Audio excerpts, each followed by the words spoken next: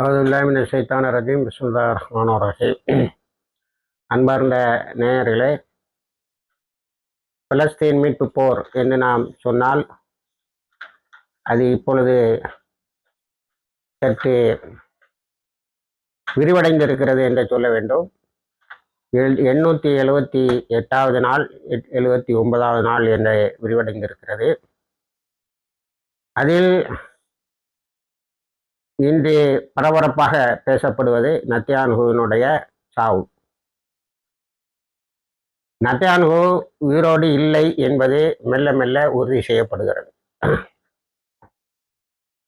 அது இடையிலே வந்த ஒரு ஏஐ கிரியேட்டட் நெத்தன்யாகுவுடைய பிக்சர், 6 விரல், அதன் பிறகு ரொம்ப சுமாட்டா முடி, இதெல்லாம் காட்டி கொடுத்துட்டு நெத்தன்யாகு உயிரோடு இல்லை என்று. இப்போ இதை அறிவிச்சிடலாமா அப்படின்னு நம்ம வைகரை வெளிச்சம் ஆசிரியர் குழுவிடம் மற்ற தகவல்களை கேட்டோம். ஏஐ கிரியேட்டட் பிக்சரை போட வேண்டிய தேவை என்ன இருக்கு? அப்போ ஆள் இல்லைன்னு அர்த்தம்.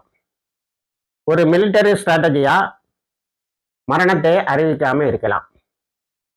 ஆனா அங்க வேற ஒரு மிலிட்டரி ஸ்ட்ராட்டஜி தேவை. உடனேயே வேறொரு ஆள் அந்த பொறுப்புக்கு வர வேண்டும்.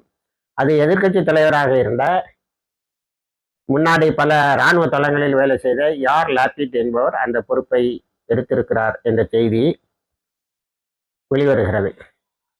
அடுத்து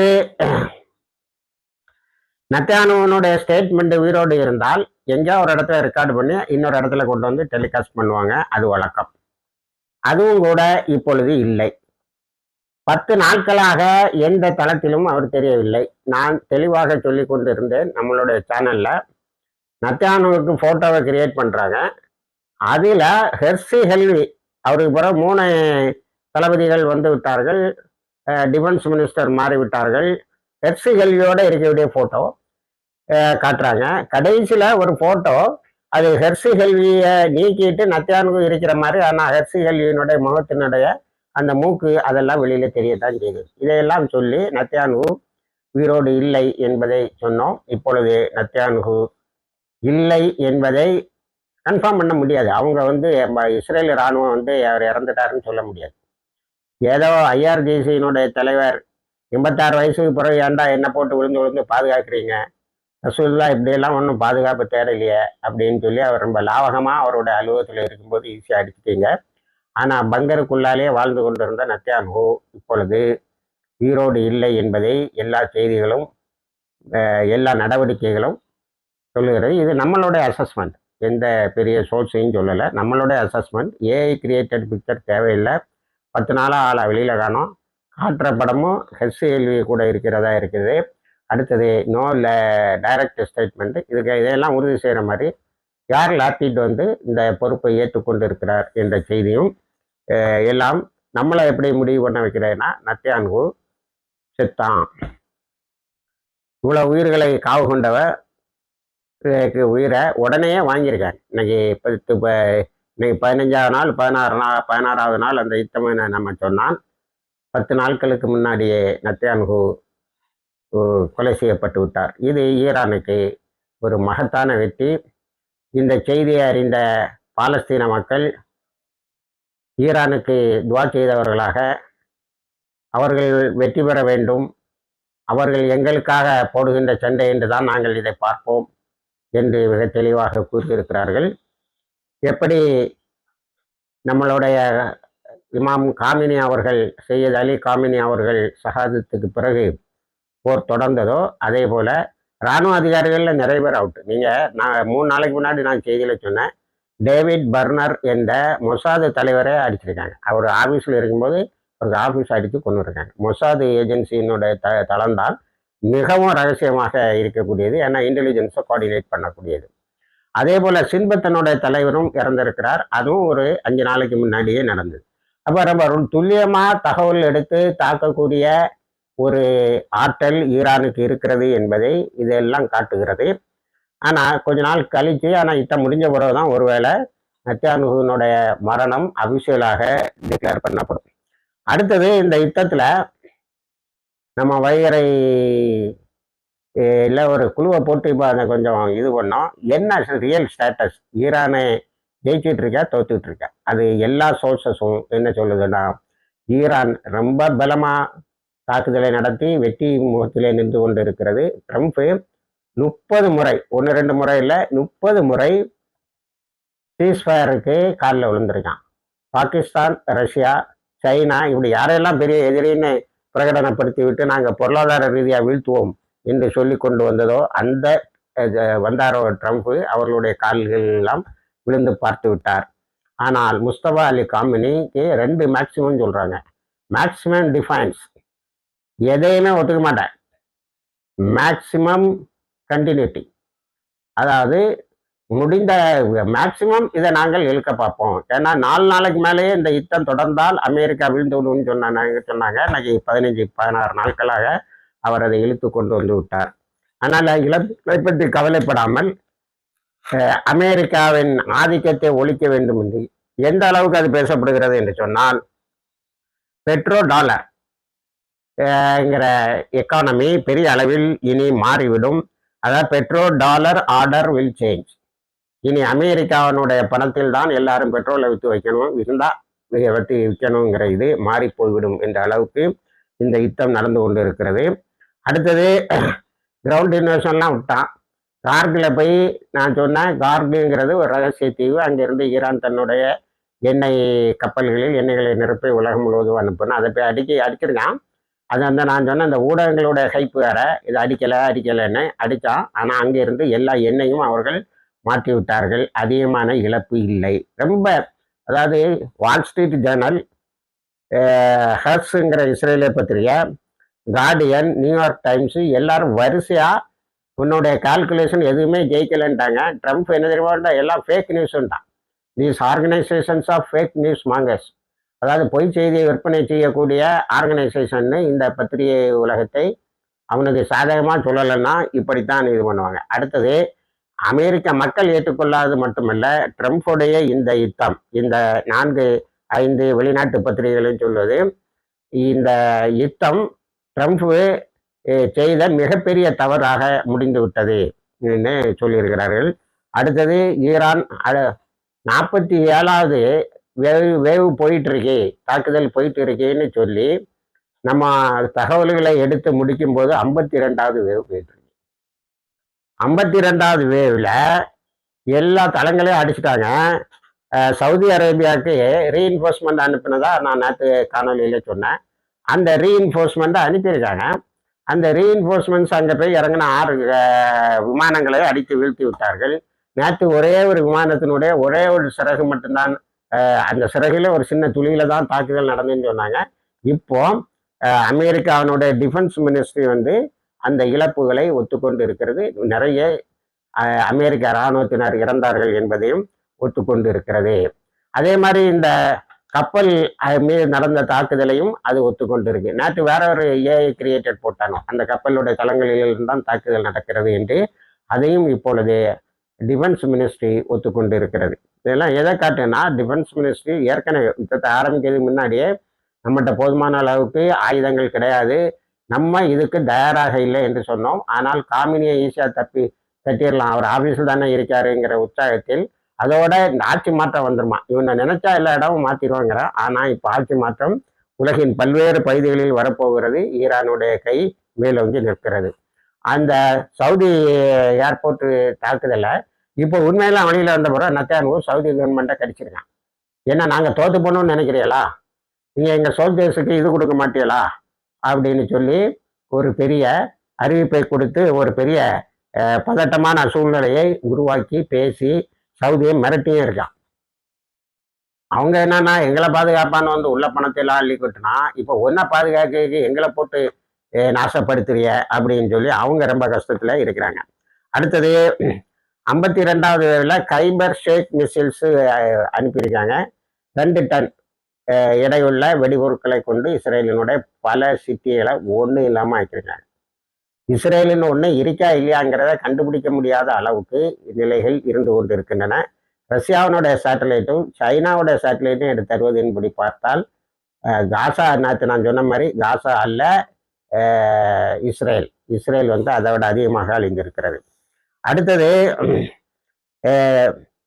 அரப்ஸ் வந்து ஹமாஸ்கிட்ட சொல்லி கொஞ்சம் எங்களை அடிக்காம பாருங்கப்பா அப்படின்னு சொல்லி அரபு நாடுகள் ஹமாஸ்கிட்ட சொன்னதாகவும், ஹமாஸ் சொல்றோம் அப்படின்ட்டு என்ன தெரியுமா அடிக்க விட்டுருக்காங்க, பார்த்து அடிங்க, ஆனா ஒரு அறுதியான யுத்தத்தில் உங்களுடைய அமெரிக்க தளங்கள் எல்லாம் அழிக்கப்படுவதுதான் நமக்கு பாதுகாப்புன்னு அப்படி ஒரு அறிக்கையை விட்டுருக்காங்க. ஆனா செய்தி சேனல் எல்லாம் ஹமாஸ் வந்து ஈரான் கேட்டுக்கொண்டு இருக்கிறது அப்படின்னு. பாகிஸ்தானு வந்து பாருங்க, நம்மளோட அதிகமா பெட்ரோல் டீசலே இல்லாம 4 நாள் தான் ஆபீஸ் வேலை செய்யுமா. அரசு வாகனங்கள் எல்லாம் இனிமே இயங்காதான், நடந்தோ சைக்கிள்லேயே போங்கங்கிற மாதிரி ஆயிடுச்சு. இவன் அமெரிக்காவுக்கு ஸ்டூஜ் இது வரைக்கும் அமெரிக்காவினுடைய ஒரு இவனை கிட்ட விட்டுட்டு தான் என்னத்தையா ஒன்று இந்தியாவை பற்றி சொல்லுவான். அப்போ இவன் அவன் காலில் விழுந்து கடைசியில் சவுதி அரேபியா காலில் விழுந்து இவன் எல்லாம் பிச்சை எடுத்து சாப்பிட்ருவேன். சவுதி அரேபியா காலில் விழுந்து எல்லாம் புட்டின்கிட்ட போய் பேசி பார்த்தான். புட்டினா நம்ம பேசுவோமே அப்படின்ட்டு எல்லா தகவலையும் எடுத்து கொடுத்தாரு. புட்டின் இப்போ ஒரு உதவி செய்திருக்காரு, என்ன தெரியுமா, 12 கப்பல்களில் மெடிக்கல் சப்ளைஸ் ஹியூமானிட்டேரியன் எய்ட்ஸை வந்து ஈரானுக்கு உடனே அனுப்பி கொடுத்துட்டாரு. ஈரானுக்கு அது வந்து சேர்ந்து விட்டது. இனிமேல் ஃப்ளைட்லையும் வரும்னு சொல்கிறாங்க. அப்போ இப்போ ஈரானுக்கு தேவையான இந்த இம்மீடியட்டாக தேவைப்படக்கூடிய உடனடியாக தேவைப்படக்கூடிய நிவாரணப் பொருட்கள் ரஷ்யாவிலிருந்து வந்துட்டு, இது முஸ்தபா அலி காமினிக்கு கிடைத்த இன்னொரு வெற்றி என்று சொல்லுகிறார்கள். இப்படி ஒரு சேனலை ஓப்பன் பண்ணிட்டாரு. அடுத்தால நம்ம ஹர்மூஸ் பகுதிக்கு வந்தா, ஹர்மூஸை காப்பாத்துங்கன்னு இப்ப ட்ரம்ப் உலக நாடுகள்லாம் அழைக்கிறாரு. அமெரிக்கா, ரஷ்யாவா, சைனாவா, ஜப்பான் வா, எல்லாரும் வந்து நம்ம ஹர்மூஸை பாதுகாப்போம். என்னடா பெரிய மண்ணாங்கட்ட, யுஎஸ்எஸ் ஜெரால்டு வராரு, யுஎஸ்எஸ் அப்ரஹாம் லிங்கன் வருது, இன்னும் ஆயிரக்கணக்கான கப்பல் படை வருகிறது. அவர்களெல்லாம் அதை செய்து விடுவாங்க. ஒரு கப்பலை காப்பாற்ற போக முடியல, உன்னோட 3 கப்பலை நடுக்கடல்ல போட்டு எரிச்சு காட்டினாங்க. நீ ஏதோ இங்க வந்து வாலாட்டலான்னு பார்த்த, இப்பதான் அவங்க புது புது மிசில்களை எல்லாம் இறக்கி தாக்குதல் நடத்துறாங்க. இப்ப ஹர்மூஸ் பகுதியில பாதுகாக்க வழியில இது ஒரு தெளிவான தோல்வி. அதான் பெண்டகன் என்ன சொல்றான்னா, சும்மா கண்ணை பத்திட்டு நாங்க தான் ஜெயிச்சோம் சொல்லிட்டு தாக்குதல் நடத்து, ஜெயிச்சிட்டோம்னு சொல்லிட்டு ஓடி வந்துரு அப்படின்னு சொல்றான். இவன் வந்து அவன் அப்படி சொல்லிட்டு ஓடி வந்தா கூட நம்ம மேக்சிமம் முஸ்தபா காமினி இருக்காரு பாருங்க, 2 மேக்சிமம் அவர் அப்படிதான் அவரை இப்போ இது பண்றாங்க. Maximum continuity. இதை வந்து தொடர்ந்து கொண்டே இந்த யுத்தத்தை இழுத்து கொண்டே போக வேண்டும். அமெரிக்கா தனக்கு நஷ்ட ஈடு தரும் வரைக்கும் அவர் ரொம்ப தெளிவா இருக்காரு. அதுல நீ வந்து சும்மா வந்து அவனை அடிச்சா இவனை அடிச்செல்லாம் கிடையாது, எல்லாத்துக்கும் ரிப்பரேஷன்ஸ் பே பண்ணணும் அப்படின்னு சொல்லிட்டாரு. அடுத்தது என்னன்னா, ஒரு பெரிய சோகம், நீங்க ஈராக்குக்கு வந்தா நேற்று பாக்தாதை அடிச்சாங்க, இது பண்ணாங்க. இப்போ ஈராக்கு இஸ்லாமிக் ரெசிஸ்டன்ஸ், ஈராக்கில் உள்ள இஸ்லாமிய போராளிகள் ஒரு அறிக்கை விட்டுருக்காங்க. என்ன தெரியுமா, எங்கேயாவது அமெரிக்காவினுடைய அலுவலர்கள் அல்லது அதிகாரிகள், இராணுவ வீரர்கள் ஒளித்திருந்தால் தகவல் தருங்கள், உங்களுக்கு நாங்கள் சன்மானம் தருகிறோம் என்று. எப்படி இருக்கு, தேடி தேடி அடிக்கிறானோ ஈராக்கில். அப்போ ஈராக்கை விட்டு ஓடி தப்பிச்சம் பொழைச்சோம்னு இப்போ ஓட முடியாத போல தெரியும், எங்கே போய் ஒழிச்சிருந்தாலும் அடிப்பாங்க. இப்போ கல்ஃப் கண்ட்ரிஸ்ட ட்ரம்ப் தான் சொல்லலாம், எப்போ எங்கள் ஆள் வந்தால் விரட்டி விட்டுறாதீங்கப்பா, காட்டி கொடுத்துறாங்கப்பா. ஆனால் காட்டி கொடுக்க 2 பெரிய நாடுகள் இருக்கு. ஒன்று ரஷ்யா அப்படியே எடுத்து போட்டு கொடுக்குறான், அதே மாதிரி சைனாவும் எடுத்து போட்டு கொடுக்குது. அப்போ ஈராக்கில் இப்படி ஒரு அனௌன்ஸ்மெண்ட். இந்த நேரத்தில் ட்ரம்ப் ஒரு அறிவிப்பு, நீங்க வந்து ஈரானுடைய தலைவர்கள் எங்கே இருக்கிறார்கள் என்று சொன்னால் உங்களுக்கு அறிவு. என்னடா பெரிய இன்டெலிஜென்ஸ்ன்னு பேசினேன், சர்வேலன்ஸ்ன்னு பேசினேன். முதல்ல அந்த மனுஷன் யதார்த்தமா பூமியில சஞ்சரிச்சுட்டு இருந்தார் பாரு, அவர் அடிக்கடி சொல்லார் ஐஆர்ஜிஸ்னா, நான் உங்கள்கிட்ட அடிக்கடி சொல்லிடுறேன், 86 வயசுக்கு பிறகு நான் இருந்தால் இந்த புரட்சியை காப்பாற்றணும்னு இல்லைம்மா, நீங்க இனிமே புரட்சியை காப்பாற்றக்கூடிய லெவலுக்கு வந்துடணும், அதனால எனக்கு பெரிய பாதுகாப்பு. அந்த ஆளை ஈஸியாக அடிச்சுக்கிட்டு பெரிய சக்சஸ் கொண்டாடினேன். இப்போ ஆளை தேடி தேடி அடிக்கிறான். இவ்வளவு அவமானப்பட்டது எங்கேயுமே இல்லை. அதனால ஈராக்கில் அமெரிக்கா வந்து இனி வெல்ல முடியாத நாடுங்கிறது அடிபட்டு போய் அடிச்சு நிறுத்திட்டு இருக்காங்க. அடுத்தது கல்ஃப் கண்ட்ரிஸுக்கு இவன் அனுப்பின எல்லா டிஃபென்ஸ் சிஸ்டத்தையும் அடித்து உடைச்சிட்டாங்க. அதுக்கு ஒரு பெரிய டெக்னிக்கல் விளக்கத்தை சொல்றாங்க.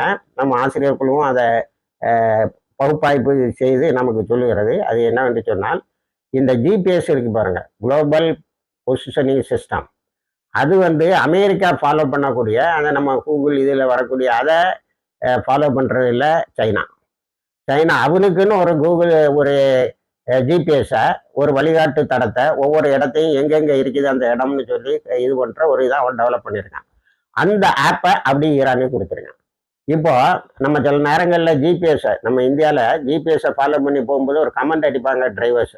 சில சமயங்களில் இதை ஃபாலோ பண்ணி போனால் குளத்தில் கொண்டு போய் விடும், விட்டுக்கிட்டு டெஸ்டினேஷன் ரீச்சுடுன்னு சொல்லும், உன்னோட டெஸ்டினேஷனுக்கு நீ வந்து விட்டாயின்னு சொல்லும் அப்படின்னாங்க. அது மாதிரி சைனாவுடைய இது அமெரிக்காவுக்கும் இஸ்ரேலுக்கும் இடங்களை கடல்ல கொண்டு போய் காட்டுது. இவன் அதுதான் தயாரானு அதுதான் இதுன்னு தாக்குறான் பாருங்க. அப்ப அது அல்ல. ஆனா அமெரிக்காவினுடைய தளங்கள், இஸ்ரேலிய இராணுவத்தினருடைய தளங்கள், கல்ஃப் கண்ட்ரீஸ்ல அமெரிக்காவினுடைய தளங்கள் இதெல்லாம் சரியாக எடுத்து கொடுத்துருது. இப்போ நான் 2-3 காணொலியாக உங்களுக்கு சொல்லிட்டு வரேன். இனிமே கல்ஃப் கண்ட்ரீஸ்ல இருக்கக்கூடிய அமெரிக்க சொத்துக்களை, அதாவது டிஃபென்ஸ் சிஸ்டம் எல்லாத்தையும் நாசம் பண்ணியாச்சு, அடுத்தது நேவல் சிஸ்டத்தை நாசம் பண்ணியாச்சு, அடுத்தது சொத்துக்கள்ல இந்த சிட்டி பேங்கை வந்து தாக்கியிருக்காங்க. அங்கே இருக்கக்கூடிய அமெரிக்க யூத வங்கிகளை நேற்று தாக்கியிருக்காங்க. அதை அமெரிக்காவில் உள்ளவர்கள் என்ன சொல்கிறார்கள் என்று சொன்னால், பெரும்பாலும் அமெரிக்காவுடைய இராணுவத்தினர் இறக்கும்போது ஃபூன்னு சொல்லிடுவாங்க. பொய்யை கொண்டு போய் ஒரு இடத்துல நடத்துவாங்க. ஆப்கானிஸ்தான மாதிரி அங்கே 81,500 பேர் பைத்தியம் முடிக்க சேர்த்தான் பாரு. அது மாதிரி அந்த ஆட்கள் மேன் பவர் இழக்கிறத பற்றி கவலைப்பட மாட்டாங்க. ஆனால் பண ரீதியாக நஷ்டம் வந்துட்டுன்னா துடிச்சு போயிடுவானுவான். அந்த நஷ்டம் இப்பொழுது வந்து விட்டது. ஹர்மூஸ் பகுதியில் இவன் எவ்வளோ பெரிய ஆயுதம் ஈரானு கையில் இருந்திருக்குன்னு நம்ம பார்த்தா, ஹர்மூஸ் பகுதியில் அவங்க ஒரு தடையை போட்டால் உடனே என்ன ஆகுது? பாகிஸ்தானில் அடுப்பறையில், இந்தியாவில் அடுப்பறையில் சமையல் எரிவாயுக்கு சண்டை அப்படி எப்படி நிற்கிது. இதெல்லாம் தெரிஞ்சுக்கிட்டாகும் நண்பனாக இருந்த ஈரானுக்கு எதிராக செயல்படுவதை இங்கே உள்ள அரசாங்கங்கள் கவனித்திருக்க வேண்டும். இப்போ அவன் பெர்மிஷன் கொடுத்துட்டான். ஆனால் இப்போ என்ன ஈரானோட ஐஆர்ஜிசி கண்டிஷன் போட்டிருக்குன்னா, ஹர்மூஸ் வழியாக இது வரைக்கும் ஃப்ரீயாக போயிட்டுருங்க, இனிமேல் உங்களுக்கு சார்ஜஸ். அந்த சார்ஜஸை சைனாவுடைய கரன்சியில் நீங்கள் வந்து என்ன செய்யணும்? பே பண்ணணும். சைனாவுடைய நாணயத்தில் பே பண்ணணுமே தவிர அவன் யூஎஸ் பெட்ரோல் டாலர்லாம் இங்கே இனிமேல் எடுபடாது. இதை வச்சுக்கிட்டு தான் சொல்லாங்க பொருளாதார நிபுணர்கள், இந்த petro dollar order will collapse. அது அமெரிக்காவுக்கு நிரந்தர அடியாக இருக்கும். அதுல இருந்து அவங்க பெரும்பாலும் எழுந்திருக்க மாட்டானோன்னு நான் நினைக்கிறேன். ஆனால் நமக்கு செய்திகளை தரக்கூடிய சகோதரர்கள் சொன்னாங்கன்னா ரொம்ப நாள் ஆகும் அவ்வளோதான் அப்படின்னு. ஆனால் எழுந்திருக்க மாட்டான். இதுதான் உண்மை. அப்போ இப்போ ஒரு டேக்ஸு, அது சைனாவுடைய கரன்சி. இனி பொருளாதாரம் சைனா கரன்சியை சுற்றியும் வர வாய்ப்பு இருக்கிறது. அதே மாதிரி பஹ்ரைனில் மனாமால இருந்த இஸ்ரேலிய இராணுவத்தினர் கூடிய அமெரிக்கானுடைய இராணுவத்தினர் கூடி இருந்த ஒரு பகுதியை ஐஆர்ஜிசி அடிச்சிருக்குது. ஆனால் சில ரிஃபைனரிஸை இஸ்ரேல் அடிச்சிருச்சு. அதை நேற்று ஈரான் சவுதியில் உள்ள ரிஃபைனரியும் மற்ற இடத்தில் உள்ளதை நாங்கள் தாக்கவில்லை, உங்கள் அமெரிக்காவினுடைய தளங்களை மூடிட்டு போக சொல்லு, எல்லாத்தையும் அள்ளிட்டு போக சொல்லு. அதனால இப்போ போக முடியல, அங்கங்கே வந்து ஒழிச்சிருக்கான். இப்போ அவார்டு அனௌன்ஸ் பண்ணி அவங்கள கண்டுபிடிச்சு அளிக்கிறதாக இருக்கிறது. சென்டமும், அதாவது சென்ட்ரல் கமாண்ட் அமெரிக்கன் சென்டமும் இப்பொழுது அமெரிக்காவுக்கு நிறைய மேன் பவர், அதாவது இராணுவத்தினரும் அளிக்கப்பட்டிருக்கிறார்கள் என்ற செய்தியை ஒத்துக்கொண்டு இருக்கிறது. அடுத்தது நம்ம மறக்க முடியாத ஒரு அட்டாக்கு இதில் இருந்து வந்துட்டு இருக்கு. இதில் ஹிஸ்புல்லா லெபனான் தொடுத்து வச்சு காய்ச்சிக்கிட்டு இருக்கிறாங்க.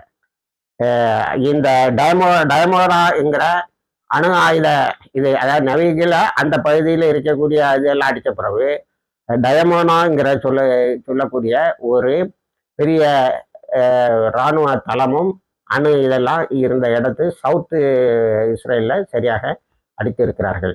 அப்போ நார்த்து சவுத்து எங்கேயுமே மக்கள் இப்போ குடியிருக்க முடியாது. இனிமேல் எவனும் இந்த கிரத்சிபா கலீலி இந்த ஏரியாவுக்கு எவனும் குடியிருக்க போக மாட்டான். இப்போ என்னன்னா, லெபனான் கவர்மெண்ட் வந்து இந்த லெபனானில் இருக்கக்கூடிய ஹிஸ்புல்லாவை தடை செய்ய வேண்டும் என்று சொல்லி சிலரை கைதும் செய்ய முயற்சி பண்ணியிருக்கு. அங்கே உள்ள நாடாளுமன்ற உறுப்பினர்கள், ஒன்றால் இந்த நாட்டை பாதுகாக்க முடியல, பாதுகாக்கிறவங்களே விட்டுருங்க. இதில் நம்ம கவனிக்க வேண்டிய முக்கியமான செய்தி என்னன்னா, ஷேக் நசீம் காசம் இருக்கார்ல, அவரை வந்து ஒரு பொம்மை தலைவராகத்தான் வைத்திருக்கிறார்கள். மற்ற கீழே உள்ள ஹிஸ்புல்லாவில் உள்ள இராணுவ அதிகாரிகள் தான் இந்த தாக்குதலை தொடர்ந்து நடத்துகிறார்கள். ஷேக் நசீம் காசம் என்ன சொல்லியிருக்காங்கன்னா, இது நீ வந்து அவன் 1.5 வருஷமா டெய்லி அத்துமீறலை பண்ணி டெய்லி ஒரு ஆளை 2 பேரை காசாவிலையும் கொண்டா, இங்கே லெபனான்லையும் கொண்டா. அந்த சமயத்துலலாம் சும்மா இருந்துக்கிட்டு நான் வந்து அவங்கள்ட்ட பேசுகிறேன் இவங்கள்ட்ட பேசுகிறேன்னு, அப்புறம் அலி லாரிஜானி வந்து உன்னிட்ட சொன்ன பிறகு இந்த அலி லாரிஜானியை பற்றின தகவல் கொடுத்தா அமெரிக்காவுக்கு நிறைய ரூபா கொடுப்பாங்களாம். அவர் நேற்று அல்குஸ் தினத்தில் முந்தா நாள் அல்குஸ் தினத்தில் பேசிட்டு போனதை நான் உங்கள்கிட்ட சொன்னேன்.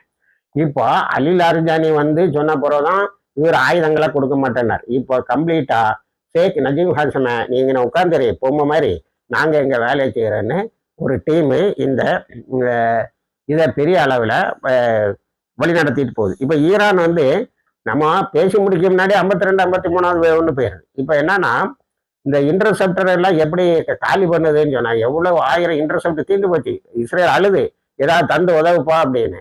இந்த இன்டர்செப்ட் எல்லாம் எப்படி குயிக்கா காலி பண்ணிருக்குன்னா, அதாவது சும்மா இருக்கக்கூடிய மிசிலாம் எடுத்து அடிச்சுட்டு நடுவில் ஒரு மல்டி ஹெட்டட் இதை அடிக்கிறது. ஒரு 2000 டன் கொண்ட கைபர் ஷாகர் போல உள்ள மிசில்கள் நடுவில் வருது. அது 25 பிரியும்.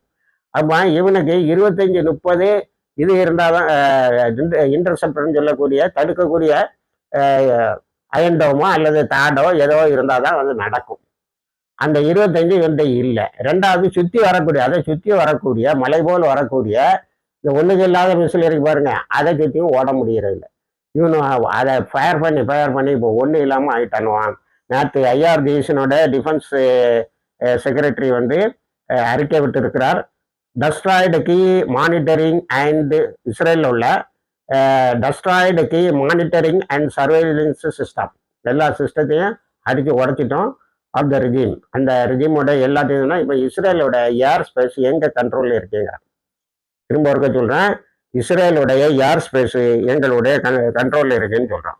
அப்போ இன்னொரு ஆய்வு என்னன்னா 20% சதவீதம் ஆயில் தான் ஹர்முஸ் வழியா வந்துன்னு, அது 20% தடுக்கப்பட்டா எதுக்கு இவ்வளோ பெரிய பஞ்சம் வருது? இங்கேயும் பெங்களூர்ல 4 நாளைக்கு முன்னாடியே ஹோட்டல்லாம் மூடிட்டாங்கிறான். அப்போ அது ஒரு மேஜர் ஷிப்மெண்ட் ஏரியாவா இருந்திருக்கு. மிகப்பெரியது ஒரு ஆயுதத்தை ஈரான் கையில வச்சுக்கிட்டு இருக்கு. அவங்களுடைய 20 வருஷ திட்டத்துல இதுவும் இருக்கிறது. ஆனா அடுத்தது நம்ம இது காசாவுக்கு வந்தோம்னா, காசால வந்து தண்ணி தட்டுப்பாடு இருக்கு. அதை சமுதாய அமைப்புகள் தான் அந்த தண்ணியை கொண்டு மக்களுக்கு சேர்க்கிறாங்க. இருந்தாலும் 4 லட்சம் பேருக்கு உடனடியாக தண்ணியை கொண்டு சேர்க்க வேண்டிய தேவை இருக்கிறது என்று சொல்லுகிறார்கள். அதே போல காசாவில் உள்ள மக்கள் ஈரான் கொடுக்கிற அடியில ஓரளவுக்கு நிம்மதியாக கஞ்சி குடிக்கிறோம்னு சொல்றாங்க. ஏன்னா இவ்வளவு நாள் இன்னைக்கும் நேற்றும் கொலை செய்துட்டு இருந்தான். இப்போ நான் ஏற்கனவே சொன்னேன், காசால ஹமாஸ் கொடுத்த நெருக்கடியினால கூலானி பிரிகேட்ஸ் அங்கிருந்து போயிட்டு இவன் ரஃபா கிராஸிங்க இன்னும் அதிகமான கட்டுப்பாட்டுக்கு உள்ளால் ஆக்குறான். ஆனால் உணவுப் பொருட்கள் மற்ற வழிகள் வழியாக போய்கொண்டு இருக்கிறது. வேர்ல்டு ஹெல்த் ஆர்கனைசேஷன் வந்து இஸ்ரேல் செய்கிறது எதுவுமே சரி கிடையாது, எங்களுடைய முயற்சியில் தான் அந்த மக்கள் வாழ்ந்து கொண்டு இருக்கிறார்கள் என்ற அறிக்கை விட்டிருக்கிறார்கள். வெஸ்ட் பேங்க்ல கடந்த வாரத்தில் 27 தாக்குதலை நடத்தி இருக்கிறார்கள் போராளிகள். டூபாஸ் பகுதியில் பயங்கரமா ரெய்டு, குழந்தைகள்ல இருந்து எல்லாரையும் அரெஸ்ட் பண்ற வேலையும் இஸ்ரேலிய இராணுவம் செய்து கொண்டு இருக்கிறது. ஆனால் ஹமாஸ் எல்லோ லைனை கொஞ்சம் கொஞ்சமா க்ளோஸ் பண்ணிட்டு வராங்க. இப்படி இந்த யுத்தம் பல விதத்திலும் மிகப்பெரிய தோல்வியாக அமெரிக்காவுக்கு வந்து கொண்டு இருக்கிறது. நத்தையானு உயிரோடு இல்லை என்பது ஒரு வழியில் அல்லது இன்னொரு வழியில் உறுதி செய்யப்படுகிறது. அதுக்கு பிறகு இப்போ ஐஆர்ஜிசி இன்னைக்கு காலையில் அறிக்கை விட்டுருக்கு, இதுக்கு மேலே அவன் உயிரோடு இருக்கான்னு தெரிஞ்சான் சாவர வரைக்கும் தேடி அடிப்பண்டா அப்படின்னு சொல்லியிருக்குது. இணைந்திருங்கள், தகவல்களை தருகிறோம். வாய்கிறதவான அல்ஹம்துலில்லாஹ்.